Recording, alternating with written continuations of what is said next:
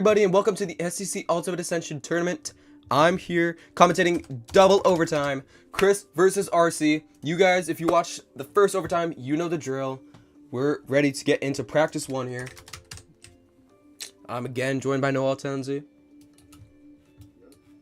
How about turn you up a little bit?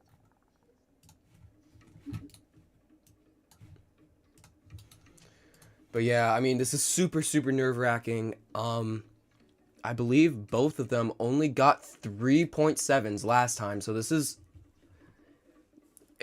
I will note right now, Chris finished all 5 of his runs cleanly. They weren't all 0.7s, but they were all clean. Arcie only finished 3 of his runs, but they were all 0.7. So, if Arcie can... I do think we see some similarities here to other matches where, you know, for example, someone like me, I only finished like 3 runs and you finished usually more. So this is typically how it goes. We have a really streaky kind of player, really fast player, risky player, and then a more consistent but still fast player. Arcie, Chris with a great practice round. 46.7 IGTs are what we look for Chris, and 46.9 IGT is what we look for Arcie. I think 0.9 IGT for Arcie is a little bit better, but they're basically comparable. Oh. Yeah. The thing is, it's because Arcie's on like 250, like 270. So if he gets a 0.9, it's likely a 0.6 touch. Yeah. But it's not 100%. And with Chris, he's typically getting touches that are accurate. So yeah. I don't think he's had any. Has he had times retimed so far? Yeah, he's had a couple.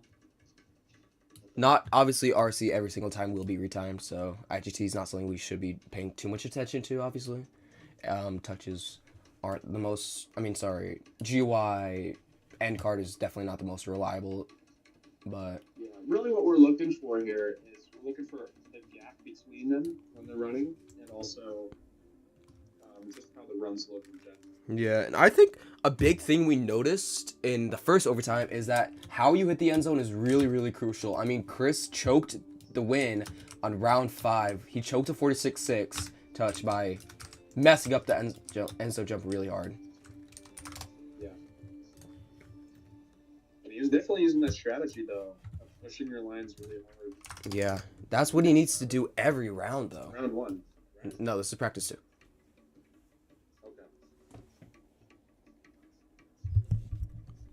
But yeah, I mean, obviously, congrats to both these guys for making it this far in the match. Oh, Arcie, a little bit of a bonk there. I don't know how much time that lost. Probably not a ton. But, I mean, as you can see, these guys didn't have a ton of time to practice. We went kind of straight into this after the first overtime.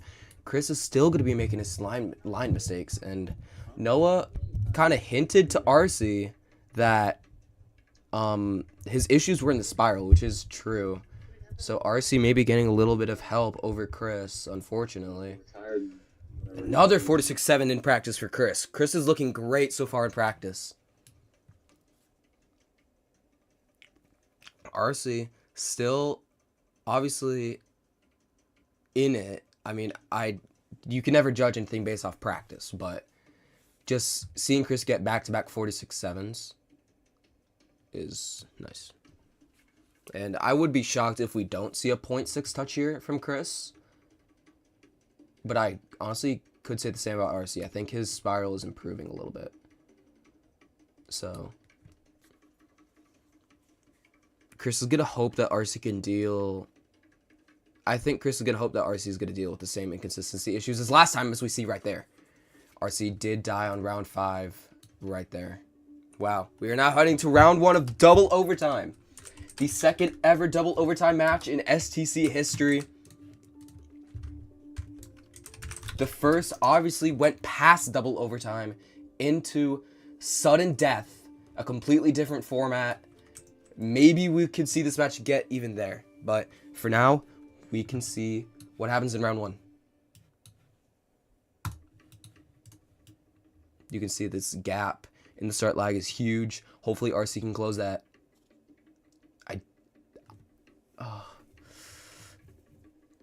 I wonder how quickly Chris is going to turn up the gas on his lines, just kind of go all out, because I think he started doing that after 3 rounds.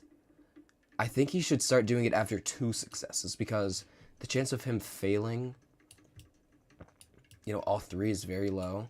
Arcie with a much better spiral than Chris here. Arcie's on a great run. Yeah, great run already from Arcie. You can see how much he closed that gap. Hopefully he can get through this ending. Oh, Chris, the slope seal! Oh, but terrible ending! Terrible ending for Arcie! He threw that great run away! 4-6-9 for Chris. Oh, Arcie completely threw that run. He had a huge advantage. Definitely a 4-6-6 touch. That's super unfortunate. Hopefully that can still end up being a 4-6-7, but I believe he had to let go of W. Basically, the ideal ending, other than just DNFing, is having to literally slow down. The nerves are definitely getting to him on the end zone. Especially, I think he knew that he was on a great run. Chris, a slope seal at the ending is not ideal either. I hope neither of those runs will count their averages. Let's see. Can Arcie replicate that great spiral? It's not as tight. Ooh. It's still gained on Chris, though. He's still on another good run here. If he can finish this out, it will be beneficial. He's definitely closed that gap. No slope seals. Oh! Chris bonks! Chris already has 2 mistakes in his first 2 runs. 4-6-9 for Arcie is great to see.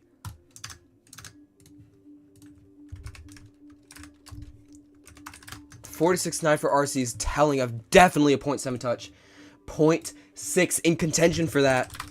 Round 3, Chris starting out with 2 mistakes on the end jumps. This could be doom. Round 3. Chris needs to finish every single one of these rounds. He obviously should not safety it, but he's at the point where I don't think he can go all out. He is in the exact opposite scenario as he was in the first overtime.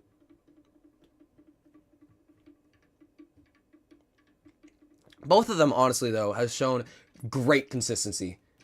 Both in regulation, first overtime, and honestly now second overtime. Both super wide spirals. Arcie's making up so much time on Chris. This might be it. Chris, this is a terrible run to be counting. I think he knows that as well. Chris safeties that jump. Arcie barely makes it. Oh, another 4-6-9 IGT for Chris. That's counting.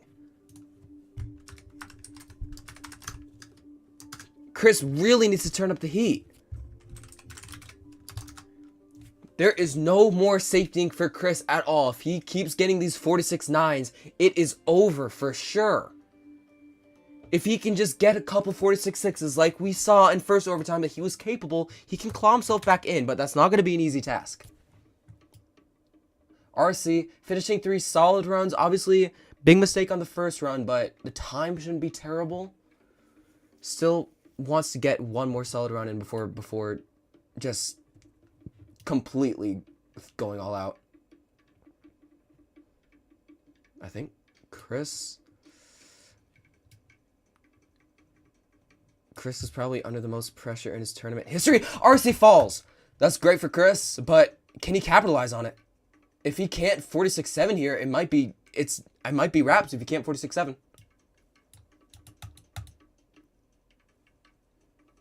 He needs a good end zone touch. That is a great end zone touch, but he still gets a 4-6-8 IGT. But that is the perfect end zone touch, which obviously, when we're looking at touches so heavily, that is exactly what's required. And Chris, only one. That is his first, like, really solid finish run. So, round 5, I bet Arcie is pretty happy, but he would love to finish. Arcie, both of them. DNF would be super costly. I don't think either of them have gotten the amount of clean runs as they'd like. Chris, dealing with so many inconsistency issues in double overtime. Makes sense, obviously, with the nerves. But if he doesn't lock in, get a 4-6-7 IGT. Arcie will win it, and Arcie is already having a much better start than Chris here. Chris's lines are just so inexcusably bad. This is not enough for a double overtime round 5. Yeah, Arcie is on a great run here. Chris is going to hope that Arcie can slope steal on something. Or have a similar issue. Arcie misses end zone! Chris gets a 46-7! Oh, Arcie might have just sold it there!